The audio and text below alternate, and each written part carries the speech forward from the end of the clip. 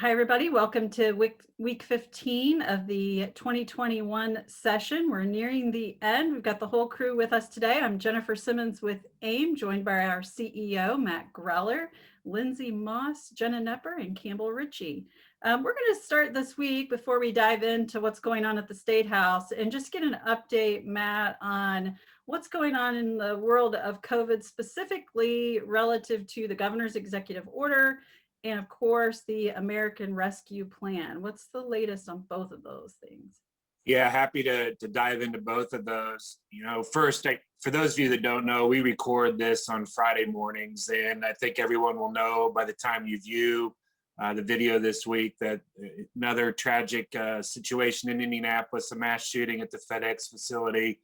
I'm sure all mayors, managers, clerk treasurers, council members send their thoughts to Mayor Hogsett and the team in Indianapolis, who's doing as good a job as can be expected under the circumstances. Very, very difficult situation here in the city this morning. So if you have a minute and you know the mayor, anybody on the council, or anybody on the team in Indianapolis, send them a thought or a word of encouragement. I'm sure it's needed at this time. But yeah, to switch gears back to the legislature, and the Congress and what's happening in the governor's office. COVID continues to move along and affect daily lives. Most importantly, I think, for the operational side of municipal government is the governor's emergency order, and particularly as it relates to virtual meetings. We've been assured again here in just this week that even if the emergency order does end, or when it ends, that accommodations will be made for public notice requirements for your public meetings, et cetera, and hearings. So we don't know exactly what that will look like yet, but we have been assured that if and when the emergency order concludes, which it will at some point, obviously, but whether that's this time or next time or 2 30-day iterations from now, accommodations will be made, excuse me, for the public notice requirements. So that's a positive, and just another example of the governor and the governor's team working very closely and very effectively with us on those kinds of matters. So we really appreciate that. Also, I think for the last few weeks, we've talked about the ARP money that's coming from Congress, COVID relief package. Lots of questions about how that money can be used. We're still waiting on further guidance from Treasury, but just this morning, we did receive some guidance from Treasury, and that relates to what you need to do as a community to receive the funding. So whether you're a larger community above that 50,000 threshold, there's one set of circumstances or requirements, and for those under 50,000 or non-entitlement communities, another set of requirements that you have to meet. So obviously we'll be pushing that out here in short order. Should be relatively simple, but I'm sure there will be questions and things that need to be addressed, and we'll do our best to handle that just as soon as possible. So moral of the story, check your email, check your other forms of communication. Information will be coming out on a very regular basis, we suspect, from Treasury going forward here the next few weeks and months. Thanks, Jennifer. Sure, thanks, Matt. Jenna, let's do the same thing with the legislature. Could you give us a rundown of where we are in the process and maybe hit on just a few key bills that are still in play? Yeah, absolutely. So last week we mentioned how the Senate included language in their budget to move the official end of session to November 15th. This week in conference committee, the House stripped out language in House Bill 1372 and added language that does the same thing essentially. So the official sine die date will be November 15th.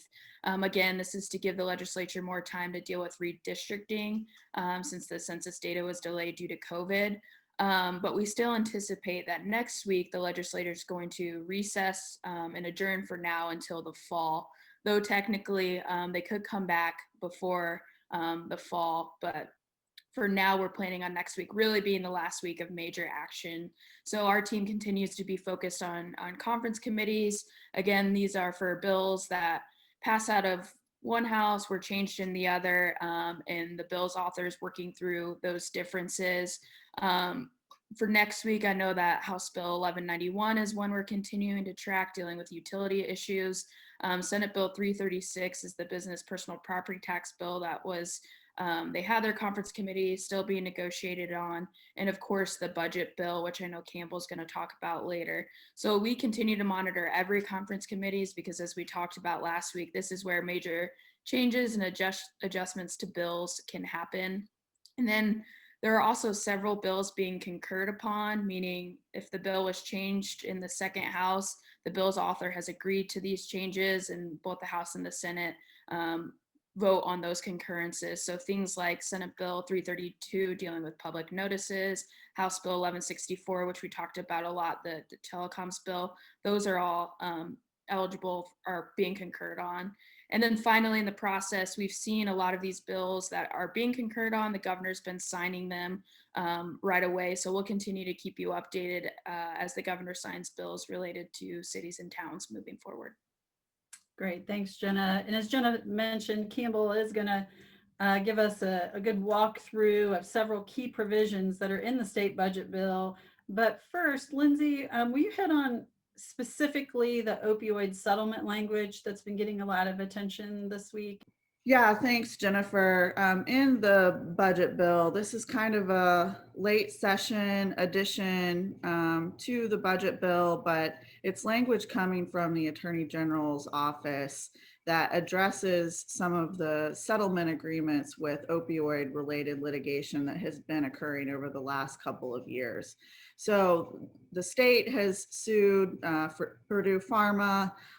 There's also other lawsuits floating around out there that counties, cities, and towns are also litigating. The Attorney General's office, as they start to have the settlement discussions along with the litigating communities, they are interested in putting kind of the plan into state statute. So there's one state plan for the various settlement agreements that are out there. Part of this is a litigation ban. So any community that isn't already litigating one of these cases wouldn't be allowed to file new lawsuits. But it also kind of sets forth a split, if you will, in terms of the money that will be distributed to the state and the political subdivisions.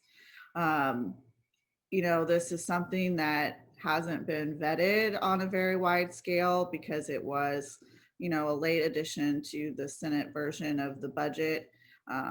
It's our understanding that it was put in there kind of as a placeholder, and some of the details can be negotiated. But again, it's pretty late in the process.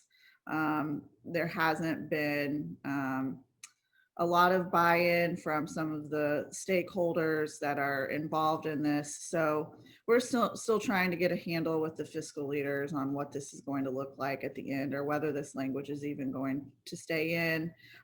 But certainly, local governments have been hit hard by the opioid epidemic. And we want to make sure that local units receive a fair share of any settlement agreements that are reached with the state. Campbell, you want to talk about the rest of the budget provisions we're really paying attention to? Sure. Thanks, Jennifer. On Thursday was a fairly big day for the budget bill because the April revenue forecast came out. For those of you not familiar with that process, there's a bipartisan committee of fiscal analysts who work on economic projections as to how much revenue is coming into the state, and that report was released on Thursday, and that's sort of the last stage in crafting the budget, and the revenue projections were very good. They were above what expectations were, so there's going to be more money in the budget than was previously expected, as both the House and the Senate were crafting their versions in terms by about $1 billion a year. And so there's a lot of last minute negotiations going on there as to what exactly will be happening with a lot of those funding levels. Some line items that might have been excluded might be coming back or getting augmented by the new money. The provisions we're tracking specifically are still relatively the same, though they had the conference committee meeting. No new language has been specifically proposed in that conference committee meeting. It was just presentations from stakeholders wanting to get more things in. So we're still tracking. Obviously, there's $250 million for broadband expansion grants that are still in the Senate version of the bill. There's the READY program, which is the sort of next round of regional cities funding that was funded largely with federal money. So there may still be some movement on that, both in how it's structured and how much money is in that fund. We're also looking at the grants for body cameras. That's $5 million a year for local governments to adopt body cameras. And they have this Senate version made handgun permits free. And there's a local funding component to that permitting process that they're backfilling with law enforcement training grants of $3.5 million per year. So those are the biggest provisions we're still tracking in terms of the funding levels, along with water infrastructure money in the form of $160 million of water infrastructure money that is coming largely from federal funding. And then there are a few other provisions that are statutory in the back of the budget bill, one of which Lindsay talked about. The READY program is another one, how that's structured, and including an additional lit expenditure rate for redevelopment authorities. So those are some of the things we're looking at in the budget as it gets into its final stage, opened up a little bit from the new revenue projections this week. All right. Thanks, Campbell. And I think that's all for us today. Just a reminder to check your bill tracking list at the bottom of legislative summary. Also, because we are approaching the end of session, while I don't think we foresee a lot of action alerts and whatnot necessary in the coming days, please watch your email for those. Anything can happen in the last days of session. So don't let your guard down. We may be in touch with you over the course of the next week. And check back with us next Friday to see what's happening here at the end. So take care.